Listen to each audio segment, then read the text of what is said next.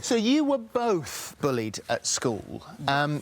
Jay, it really started on your first day, didn't it? Yeah, the first day I got bullied. Yeah. I had a girl spit on my face the first day. And what was it like in the canteen? Mainly people put food in the rubbish bin, but instead of the rubbish bin, they just throw it on me. Wow. So you go home smelling of food? I tried to hide it from my mum, so I run upstairs. Yeah. And the reason you partly tried to hide it from your mum was because if you had to explain the reason why you were being bullied, then this would open this conversation about you being gay, and it was not something that was discussed in your household at all. Very traditional Bangladeshi family. You said actually 14 years of confusion because you didn't understand what was going on. You didn't really understand what being gay was at all. At all. Just from the age of 6 to 7, that's when I started to have these feelings. I didn't know what it was at all. So keeping that hidden for so many years has created some mental health problems for me now. Yes. And so, well, you were diagnosed with PTSD, weren't you? I mean, so that's how bad it had got.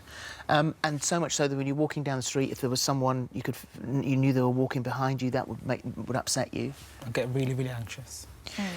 So you searched online when you were 18, and then you realised what it was. Yeah, I searched online to figure out why I'm having these feelings. Yeah. And was that a relief at the time, or did that make things more scary for you? Scary.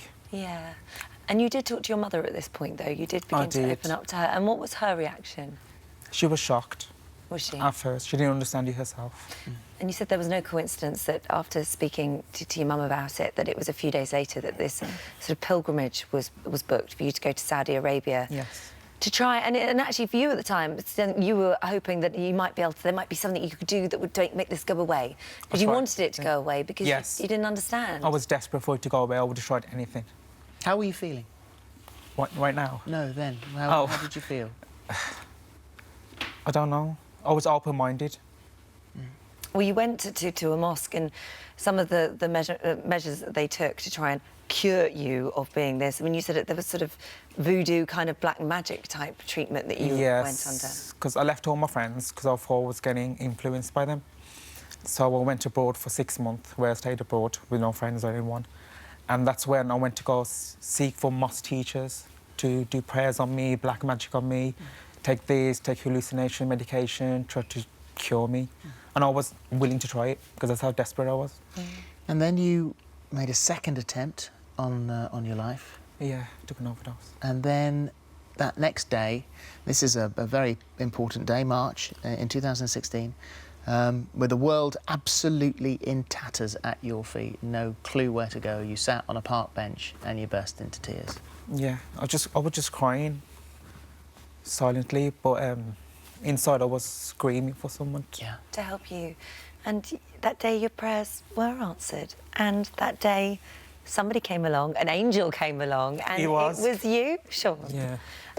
So what made you stop? Because many people, and sadly this is the case more often or not nowadays, would walk past, think, oh, well, I don't want to get involved in that. But you didn't. You sat beside him and actually forced him to speak to you. Yeah, it's like, that's who I am. I'll come for anyone I see that's really upset and needs help. And I just come from my friend's house and I seen him crying. And I just had to stop and ask him if he was OK. And then he was like, he wouldn't speak to me, but then I said, I'm not moving until he speaks to me. And then he slowly come around speaking to me. And he was saying to me about these people, but I didn't know who it was. And I said, I don't know who I am. But I said, and he goes to me, are you gay? And I was like, yeah. I said, are you gay? He goes, yeah, but I'm not coming out at the moment because it's really hard. And I was like, and then I was like, and I was just there comforting him, telling him I've been through the same situation. I took him to the cinemas. And then I took him to the cinemas to cheer him up. Oh, right, wow. And then it was like a lightning bolt struck you. I mean, you say... It was life-changing. Yeah? You never believed in love at first sight? Never. The old Disney character stuff. I never believed it. And there it was happening in front of your eyes. And so it progressed, and you met your family, so introduced us to your family. And how were they?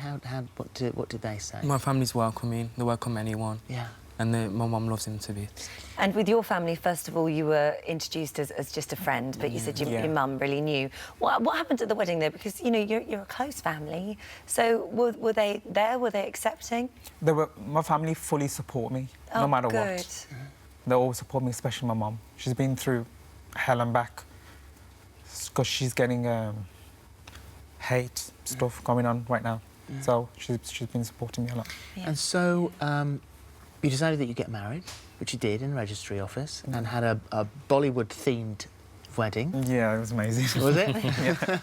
And your family came to the party afterwards, They did. My family came. which was lovely. For you, that must have been... How did it feel to have them there? Felt great. Felt part. Finally, they're part of me. Part of, like, them coming, it means they're accepting Sean as well. Yeah.